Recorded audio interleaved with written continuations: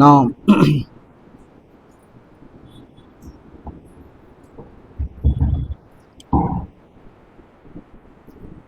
இந்த காலையில் கேட்ட செய்தி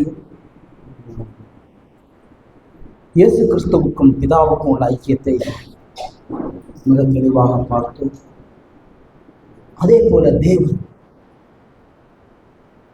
மனுஷனோடு ஐக்கியப்படுவது மிக மிக தாகமாக இருக்கிறது. இப்பொழுது நாம் பார்க்க போற இன்னொரு காரியம், நாம் யோவான் 17ஆம் அதிகாரத்தில் பார்க்கிறோம். அவர் இயேசு கிறிஸ்து செய்கிற ஜெபத்தில் அவர் என்ன சொல்றாரு என்றால், பிதாவே அவர்கள் ஏக்கமெல்லாம் எனக்கும் என் பிதாவுக்கும் இருக்கிற உறவு போல் என் நாமத்தினாலே இருக்கிற 2 சகோதரர்களுக்கு மத்தியிலான உறவு இருக்க வேண்டும். அதுதான் இயேசுவின் தாகம். இயேசு கிறிஸ்துவுக்கும் பிதாவுக்கும் வைத்திருந்த அந்த இடைவிடாத ஐக்கியம், அந்த உறவுதான் என் நாமத்தினாலே வாழ்கிற ஊழியம் செய்கிற இருவருக்கு மத்தியில் இருக்க வேண்டும் என்பதுதான் இயேசுவின் தீராதான். உங்களுக்கு தெரியும், பழைய ஏற்பாடில் ஆண்டவர் ஊழியத்திற்கு எப்படி ஊழியர்களை அனுப்பினார். ஞாபகம், ஒரு எலியா, ஒரு எலிசா, ஒரு சகரையா, ஒரு சபனையா என்று ஒவ்வொரு ஆத்மீக வாழ்த்துவார். எங்கேயுமே 2 பேராக ஊழியத்துக்கு அனுப்பவே. ஆனால் புதிய ஏற்பாடு வருகிற வேளையில் இயேசு கிறிஸ்து என்ன செய்தார்? நீங்கள் ஊழியத்துக்கு செல்லும் போது 2 பேராக பார்த்தீர்கள். ஏன் அந்த வித்தியாசம்?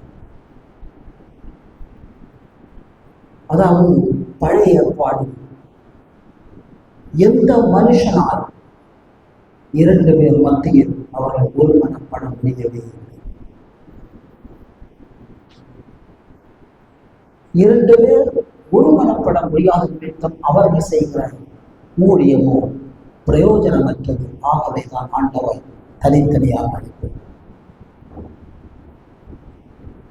ஆனால் புதிய ஏற்பாடு வந்தவுடன் இயேசு கிறிஸ்து, நீ ஊழியத்துக்கு போகும்போது நீ நாமத்தினால் 2 பேராக போகிறார். ஆனால் அந்த 2 பேராக அனுப்புற போது கூட அவர்களுடைய ஐக்கியத்தில் ஒரு சிக்கல் இருக்க பல விதத்தில் நாம் பார்க்கிறோம். அது ஏனெனில் இயேசு கிறிஸ்து ஊழியம் செய்த நாட்களில் அவர் முழுக்க பரிசுத்த ஆவியினால் நிறைந்திருந்தார். எப்பொழுது? The constant filling of the Holy Spirit. ஆனால் சீஷர்களுக்கு அந்த அபிஷேகம் கொடுக்கப்பட்டது. அது என்ன நடந்தது நம்ம பார்க்கிறோம். மத்தேயு 20ஆம் அதிகாரம் 20 முதல். அப்பொழுது செபெதேயுவின் குமாரருடைய தாய், யார் அந்த செபெதேயுவின் குமாரர்கள்? யாக்கோபும் யோவானும். ஓகே, தாய் தன் குமாரரோடு கூட அவரிடத்தில் இயேசுவிடத்தில் வந்து அவரை பணிந்து கொண்டு, உம்மிடத்தில் ஒரு விண்ணப்பம் பண்ண வேண்டும் என்றார். அவர் அவளை நோக்கி, உனக்கு என்ன செய்ய வேண்டும் என்று கேட்டார். அதற்கு அவள், உம்முடைய ராஜ்யத்திலே என் குமாரராகிய 2 பேரில் ஒருவன் உமது வலது பார்சத்திலும் ஒருவன் உமது இடது பார்சத்திலும் உட்கார்ந்திருக்கும்படி அருள் செய்ய வேண்டும். ஓகே, இதை கேட்ட உடனே மற்ற 10 பேருடைய ரியாக்ஷன் எப்படி இருந்து பார்த்தது? 12 சீஷர்கள் இருக்கிறார்கள். அதில் யாக்கோபு யோவானுடைய தாய் வந்து, ஆண்டவரே, பரலோகத்தில் 2 புத்திரர்கள், ஒன்று யோவான், ஒன்று யாக்கோபு, இவர் 2 பேரும் உமது வலது பாசத்தில் இருக்கவார்களாம், இடது பாசத்தில் அமர்ந்திருக்க வேண்டும் என்று சொன்னவுடன் மற்ற 10 பேருடைய ரியாக்ஷனை பார்த்தீங்கன்னா 24, மற்ற 10 பேரும் அதை கேட்டு அந்த 2 சகோதரர்கள் மேல் எரிச்சல் அடைந்தார். எரிச்சல். அதே போல நாம் பார்க்கிறோம், லூக்கா 22ஆம் அதிகாரத்தில் பார்க்கிறோம், 22, 24ஆவது வசனத்தில், ஒருவருக்கொருவர் இயேசுவின் காலத்துக்கு பிறகு நான் பெரியவன், நீ பெரியவா என்று மிகப்பெரிய வாக்குவாதம் பண்ணுகிறார். யோவான் 21ஆம் அதிகாரத்தில் பார்க்கிறோம், யோவான் நடந்து கொண்டு போகையில் பேதுரு கேட்கிறான் ஆண்டவரிடத்தில், ஆண்டவரே, இவன் காரியம் என்ன என்று கேட்கிறான். அதை நாம் பார்க்கிறோம். யோவான் 21ஆம் அதிகாரம்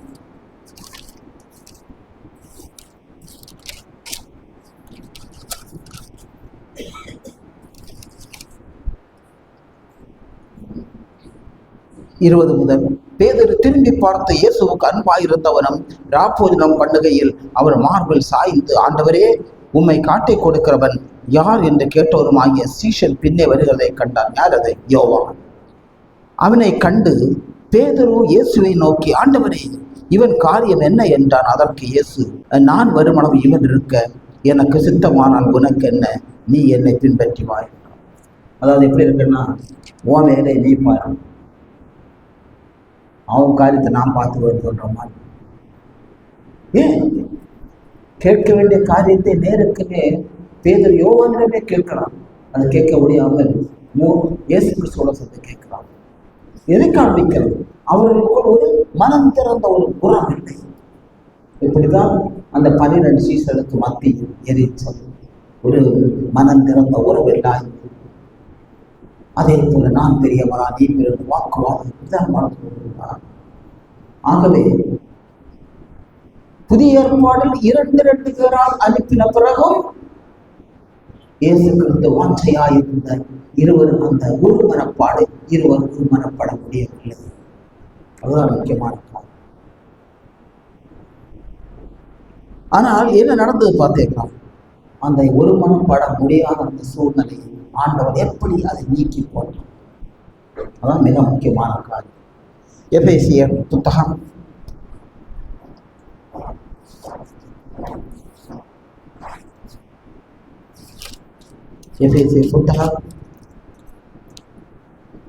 2ஆம் அதிகாரம் 13-14 வசனங்களில், முன்னே தூரமாயிருந்த நீங்கள் இப்பொழுது கிறிஸ்து இயேசுவுக்குள் கிறிஸ்துவின் இரத்தத்தினாலே சமீபமானீர்கள். நீங்கள் ஒருவருக்குள் சேர முடியாத அளவுக்கு உங்களுக்குள் பகை இருந்தது. நீங்கள் இருவர் சேர்ந்து ஒரு மனப்பட்டு ஊழியம் செய்யாத அளவுக்கு உங்களுக்கு பகை இருந்தது.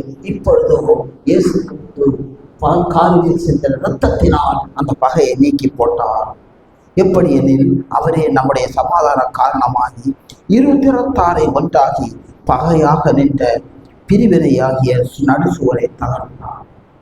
இருவர் ஒருமனப்பட முடியாத அளவுக்கு 2 ஊழியக்காரர்களுக்கு மத்தியில் ஒரு சுவர். ஆண்டவரே இரத்தத்தை கால்வரியில் சிந்தி பகையை அகற்றி அந்த சுவரை தகர்த்து போட்டார். 14வது வசனம், பகையை சிலுவையினால் கொன்று அதனாலே இரு தரத்தாரையும் ஒரே சரீரமாக தேவனுக்கு ஒப்புரவாக்கினார். 2 சகோதரர்கள், 2 ஊழியர்கள் ஒருமனப்பட்டு ஊழியம் செய்ய முடியாத அளவுக்கு இருந்த பகை உணர்வையோடு அவர் அந்த பகையை சிலுவையிலே தன் இரத்தத்தை சிந்தி கொன்று போட்டார். கொன்று போட்டு வந்து கடைசியில் 16ஆம் வசனம், அவர் பகையை சிலுவையினால் கொன்று போட்டு இரு திறத்தாரையும் ஒரே சரீரமாக தேவனுக்கு ஒப்புரவாக்கினார். இது ஒரு காரியம். 2வது காரியம் என்ன நடந்தது உங்களுக்கு தெரியும்? 2 பேர் ஒரு மனப்பட்டு ஊழியம் செய்ய முடியவில்லை. பழைய ஏற்பாடு அதற்காக ஆண்டவர் தனித்தனியாக ஒரு எலியா, ஒரு எலிசா, ஒரு சப்பனையா, ஒரு நாகூர் தனித்தனியாக தனித்தார். புதிய ஏற்பாடு ஆண்டவர் 2 பேராய் அனுப்பி அவர்களாக ஒன்று சேர முடியவில்லை. ஒரு மனப்படவில்லை. என்ன பண்ண? கால்வரி சிலுவையில் அவர்கள் ஒரு மனப்பட முடியாமல் இருந்த அந்த பகையை, மனம் திறந்து பேச முடியாமல் இருந்த அந்த நடுசுவரை தன் ரத்தத்தை கால்வரியில் சிந்தி அவர் நீக்கி போட்டார். 2ஆம் காரியம் உங்களுக்கு தெரியும். அப்போஸ்தலர்களுடைய 2ஆம் அதிகாரத்தை வாசிக்கிறோம். பெந்தைக்கோஸ்து நாளில் பரிசுத்த ஆவியானவர் பரத்திலிருந்து அனலாய் அக்கினியாய் இறங்கி அவர்களுக்குள் இருந்த அந்த பகை என்னும் அசுரியை முற்றிலும் சுற்றி பிரித்து அவர்களை பரிசுத்தம் பண்ணினால் அவர்களும் பரிசுத்த நாவினால் ஆண்டவரை குறித்தார்கள். 2 காரியம். 2 ஊழியக்காரர்கள் ஒன்று சேர முடியாத 2 காரியம். அந்த காரியத்தை அந்த செயலை 2 காரியத்தின் நிமித்தம் தேவன் அற்புதப்படுத்தினார். ஒன்றோ கால்வரியில் சிந்தப்பட்ட ரத்தம், இன்னொன்றோ பெந்தைக்கோஸ்து நாளிலே மூட்டப்பட்ட பரிசுத்த ஆவியானவர். ஆனால் நாம் மிகப்பெரிய கொடுத்து வைத்தவர்கள், பாக்கியவான்கள். நமக்கு நான் சொல்கிறேன், நமக்கு தேவன் தந்திருக்கிற ஊழியக்காரனோடு ஒரு மனப்பட்ட ஊழியம் செய்யாமல் இருந்தால், ஒரு மனப்பட முடியாமல் இருந்தால் நான் சொல்லுகிறேன், நமக்கு போக்கு சொல்ல இடமில்லை. பழைய காலத்தில் ஆண்டவர் செய்யாத கிரியை இயேசு கிறிஸ்து பூமியில் இருந்த நாட்களில் செய்ய முடியாத கிரியையை இப்பொழுது ஆண்டவர் செய்து அந்த பகையை அந்த ஒருவருக்கு மனம் திறந்து இடைப்படாத முடியாத நடுசுவரையோ அகற்றி போட்டாரா. மட்டுமல்ல, அந்த உள்ளே இருந்த எரிச்சல், கசப்பு இவைகளையோ பரிசுத்த ஆவியின் அக்கினியால் அனுப்பி முற்றிலும் பட்சித்து சுத்திகரித்து போட்டாராம். ஆனால் வேதனையான காரியமும் இந்த நாட்களில் இதையெல்லாம் ஆண்டவர் செய்தும் கிறிஸ்தவர்களின் அநேக ஊழியக்காரர்கள் ஒரு மனப்பட முடிவதில்லை.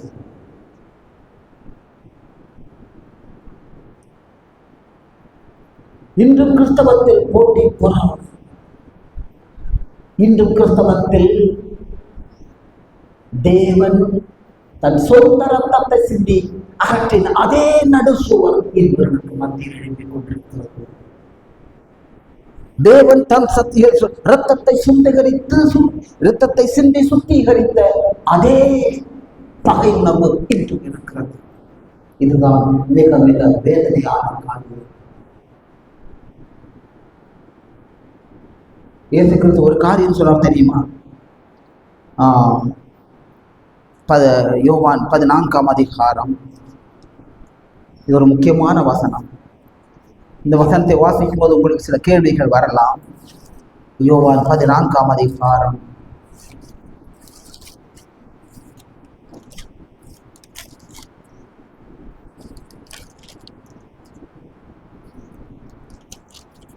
யோவான் 14ஆம் அதிகாரம். இதனால் நல்லபடியாக கவனியுங்கள். 12வது வசனம். இயேசு சொல்லுகிறார், மெய்யாகவே மெய்யாகவே நான் உங்களுக்கு சொல்லுகிறேன், நான் என் பிதாவிடத்திற்கு போகிறபடியா. எப்போ சொல்றான்?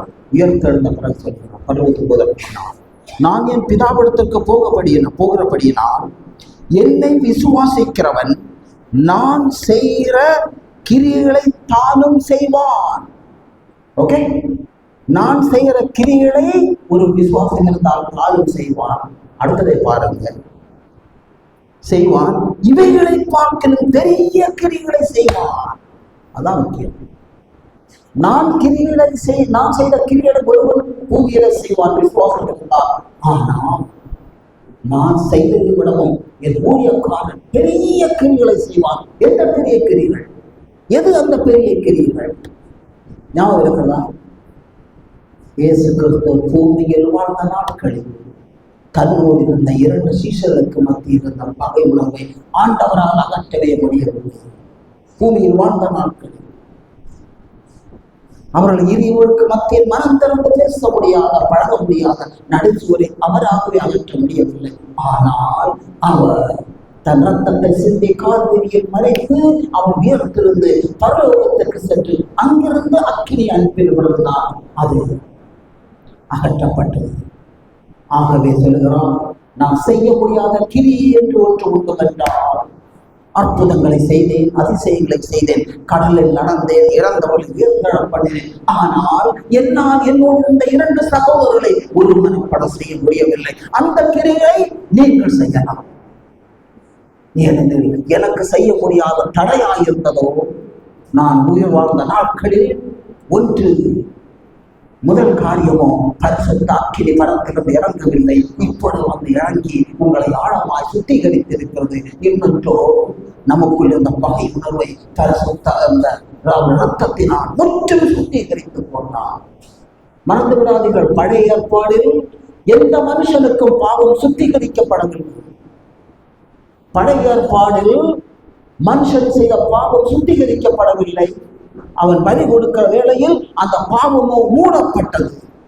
ஆனால் புதிய ஏற்பாடு இயேசு கிறிஸ்து கால்வரியில் நமக்காக சென்ற இரத்தத்தின் நிமித்தம் நம்முடைய பாவம் சுத்திகரிக்கப்படுகிறது. நாம் சுத்திகரிக்கப்பட்டவர்கள். நாம் சுத்திகரிக்கப்பட்டவர்கள். பரிசுத்த ஆவியானவர் அனலாய் அக்கினியாய் நமக்குள் இறங்கி நம்மளை நம் சகல அசுசிகளை பட்சித்து நமக்குள் வாசம் செய்கிறார்.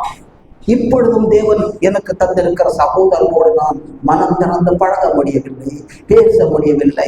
இன்னும் பகை இருக்கிறதா? மெய்யாகவே சொல்லுகிறேன், நான் மிக மிக மிக மிக ஆழமாய் மனம் திரும்புவதோ எனக்கு பிரயோஜனமாய். கிறிஸ்தவத்தில் மிகப்பெரிய சபையை கட்டும் போதுதான் இருவருக்குள்ள கவனம் வெளிப்படும். நான் பெரியவனா, நீ பெரியவனான. எத்தனை எத்தனை சபைகள் இப்படிப்பட்ட காரியம். மெய்யாக சொல்லுகிறீர்கள், நான் இந்த பூமியில் நான் இருக்கிற நாள் வரையிலும் ஆழமாய் மனம் திரும்பாமல் போனால் நடுத்தேர்வை நாளிலே நம்ம யாரோடு ஆண்டவன் நியாயம் தீர்ப்பார் தெரியுமா? ஞாபகம் இருக்கிறதா?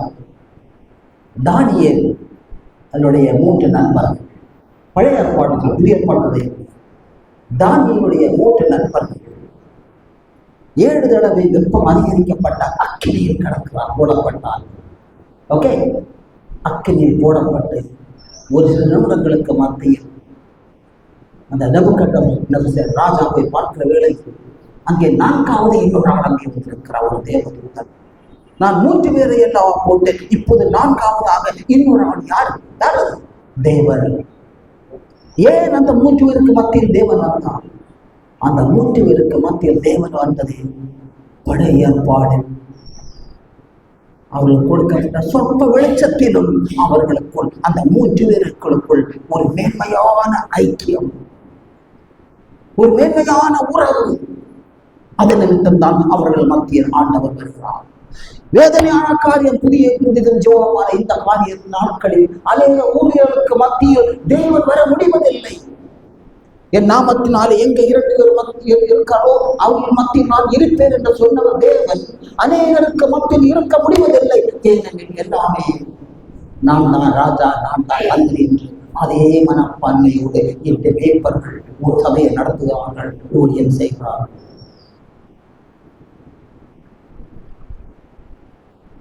சரி, நான் சொல்கிறேன்,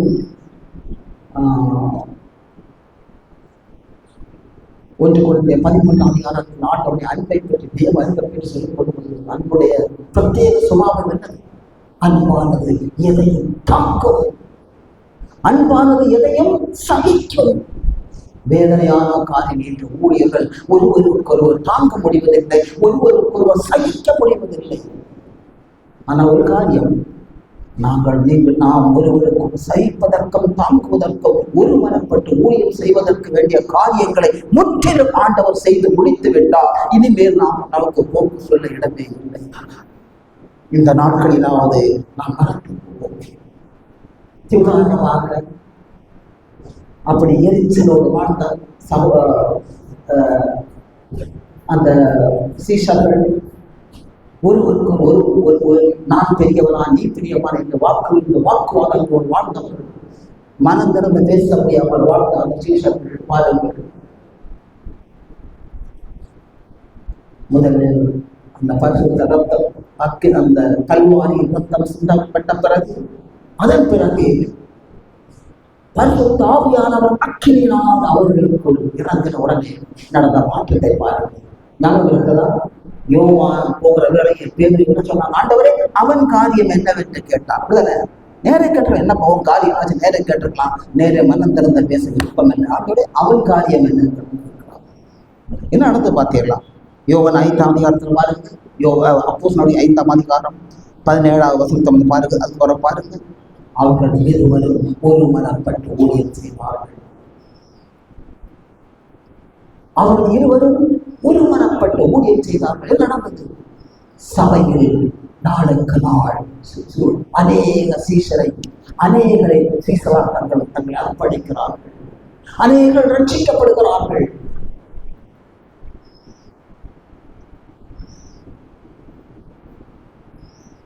எவ்வளவு மேன்மையான காரியத்தை ஆண்டவர் எப்போது செய்கிறார்? ஞாபகம் இருக்கிறார்? பேதுரு நின்று பிரசங்கம் பண்ணுகிற வேளையில்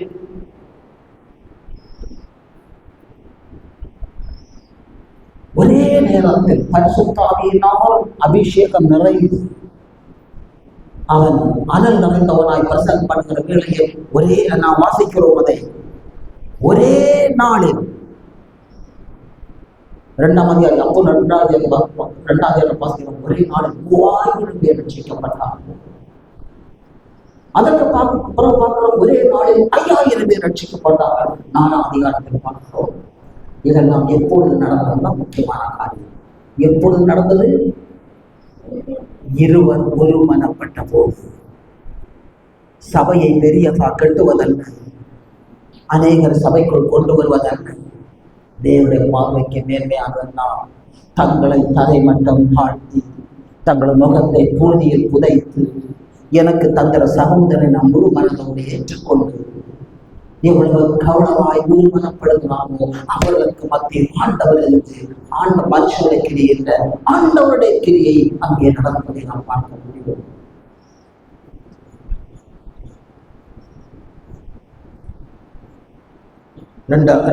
அப்போஸ்தலர்களுடைய 2ஆம் அதிகாரத்தை பாருங்க. அந்த அற்புதமான செயல் நடந்த பிறகு ஒருமனப்படப்பட முடியாமல் இருந்த சீஷருடைய செயலை பாருங்கள். 2ஆம் அதிகாரம் அப்போஸ்தலர் அதிகாரம் 2ஆம் அதிகாரம் 46, 47 வசனங்கள். அவர்கள் ஒருமனப்பட்டவர்களாய், எப்போது பார்த்தீங்களா, ஒருமனப்பட்டவர்களாய் தேவாலயத்திலே அனுதினமும் தரித்திருந்து வீடுகள் தோறும் அப்பம் பெற்று மகிழ்ச்சியோடும் கபடமில்லாத இருதயத்தோடும் போஜனம் பண்ணி தேவனை துதித்து ஜனங்கள் எல்லோரிடத்திலும் தயை பெற்றிருந்தார்கள். ரட்சிக்கப்பட்டவர்களை கர்த்தர் அனுதினமும் சபையிலே சேர்த்து கொண்டு வந்தார். ரட்சிக்கப்பட்டவர்களை மனுஷன் அல்ல, கர்த்தர் அனுதினமும் சேர்த்து கொண்டே வந்தார். ஏனெனில் இருவருக்கு மத்தியில் தேவன் ஒரு உறவை காண்கிறார், ஒரு பரிசுத்தமான ஐக்கியத்தை காண்கிறார், ஒரு நல்லுறவை காண்கிறார். அவர்களுக்கு மத்தியில் ஆண்டவர் இருந்து ஆண்டவரே சபையை கட்டுகிறார். அப்போஸ்தலர் நடவடிக்கை 4ஆம் அதிகாரம். இது எல்லாம் எப்போது நடந்ததுதான் முக்கியம். அவர் கால்வரி சிந்தப்பட்ட ரத்தத்தினால் அவர்கள் சுத்திகரிக்கப்பட்டு பெந்தேகோஸ்தே நாளிலே பரிசுத்த ஆவியானவர் அனலாய் அக்கினியாய் இறங்கி அவர் அங்கே சுத்திகரிப்பு நடந்த பொழுதுதான் இக்காரியங்கள் எல்லாம் நடக்கிறது. அப்போஸ்தலர் நடவடிக்கை 4ஆம் அதிகாரம் 31 முதல் அவர்கள் ஜெபம் பண்ணி பாருங்க. சபையில் உள்ள விசுவாசிகள் அவர்கள் ஜெபம் பண்ணின போது அவர்கள் கூடியிருந்த இடம் அசைந்தது. அவர்கள் எல்லோரும் பரிசுத்த ஆவியினால் நிரப்பப்பட்டார்கள். விசுவாசிகளாகிய திரளான கூட்டத்தால் ஒரே இருதயமும் ஒரே மனதுடையமாயிருந்தார். இது முக்கியமாக கவனிக்க வேண்டிய காரியத்தை பாருங்க. இந்த வார்த்தையை பார்த்தீங்களா? திரளான கூட்டத்தால். நினைத்த பாருங்க, நாம் எங்கே இருக்கிறோம்? திரளான கூட்டத்தால் ஒரே இருதயமும் ஒரே மனதுடையவாயிருந்தார். இந்த நாட்களில் வேதனையான காரியம், 2 மூப்பர்கள் 2 மேய்ப்பர்கள் ஒருமனப்பட முடியவில்லை. இங்கே திரளான ஜனங்கள் ஆண்டவரின் நாமத்தினாலே அங்கே அவர்கள் ஒருமனப்பட்டார்கள். அங்கே ஜெபிக்கிற வேளையில் கூடியிருந்த இடம் அசைந்தது. இதே பரிசுத்த ஆவியை பெற்று கல்வாரில் சிந்தப்பட்ட ரத்தத்தினால் பவுலும் சீலாவும் அவர்கள் துதிக்கிற வேளையில் அஸ்திவாரமே அசைந்தது. எப்போது நடக்கிறது? எப்போது? 2 காரியங்கள். பழைய ஏற்பாடு இந்த பாக்கியம் யாருக்கும் கிடைக்காத பாக்கியம் நமக்கு கிடைத்திருக்கிறது. இது எல்லாம் பெற்றுக்கொண்ட பிறகும் தேவன் எல்லாம் தனக்கு தந்த சகோதரோ, என்னோடு சபையை நடத்தும்படி தந்த மேற்கோ நான் ஒருமனப்பட முடியவில்லையா? நான் சொல்கிறேன், நான் தூக்கு செல்ல இடமே இல்லை. கிறிஸ்து அன்பார்ந்த ஊழியக்காரர்களை, இந்த நாட்களிலும் நான் சொல்லுகிற காரியம் அனுபவ ரீதியாக அநேக சபைகளில் நடந்து கொண்டிருக்கிறது. அநேக சபைகள்